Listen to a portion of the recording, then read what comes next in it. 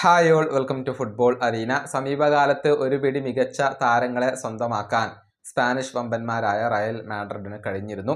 പ്രത്യേകിച്ച് free agent ആയിക്കൊണ്ട് ചില താരങ്ങളെ അവർ കൊണ്ടുവന്നിരുന്നു. കിലിയൻ എംബപ്പയെ കൊണ്ടുവന്നത് ഫ്രീ ഏജന്റ് ആയിക്കൊണ്ടാണ്. ട്രാൻസ്ഫർ തുകയായിക്കൊണ്ട് ഒരു ചില്ലിക്കാശ് പോലും റയലിന് ചിലവഴിക്കേണ്ടി വന്നിരുന്നില്ല. ട്രെൻഡിന്റെ കാര്യത്തിലും അങ്ങനെ തന്നെയാണ് സംഭവിച്ചിട്ടുള്ളത്. ക്ലബ്ബ് വേൾഡ് കപ്പിന് വേണ്ടി മാത്രമാണ് ഒരു ചെറിയ തുക നൽകിക്കൊണ്ട് റയൽ ട്രെൻഡിനെ നേരത്തെ കൊണ്ടുവന്നിട്ടുള്ളത്.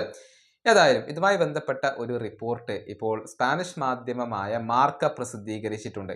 അതായത് റയൽ മാഡ്രിഡിന്റെ ഫ്രീ ഏജന്റ് പോളിസിയെ ഫുട്ബോൾ ലോകത്തെ പല വമ്പൻ ക്ലബ്ബുകളും ഭയന്ന് തുടങ്ങി എന്നാണ് മാർക്ക ഇപ്പോൾ റിപ്പോർട്ട് ചെയ്തിട്ടുള്ളത്.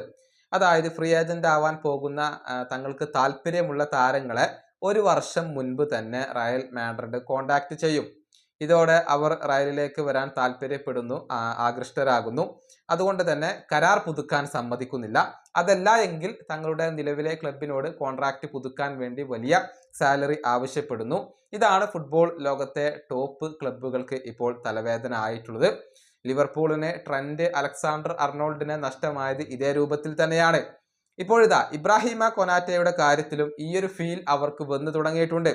റയലിന് ഇബ്രാഹിമ കൊനാറ്റയിൽ ഇപ്പോൾ താല്പര്യമുണ്ട്. അതുകൊണ്ട് തന്നെ അടുത്ത സമ്മറിൽ ഫ്രീ ഏജന്റ് ആവുന്ന ഇദ്ദേഹത്തെ നഷ്ടപ്പെടുമോ എന്ന ഭയം ഇപ്പോൾ ലിവർപൂളിനെ അലട്ടി തുടങ്ങി എന്നാണ് മാർക്ക കണ്ടെത്തിയിട്ടുള്ളത്.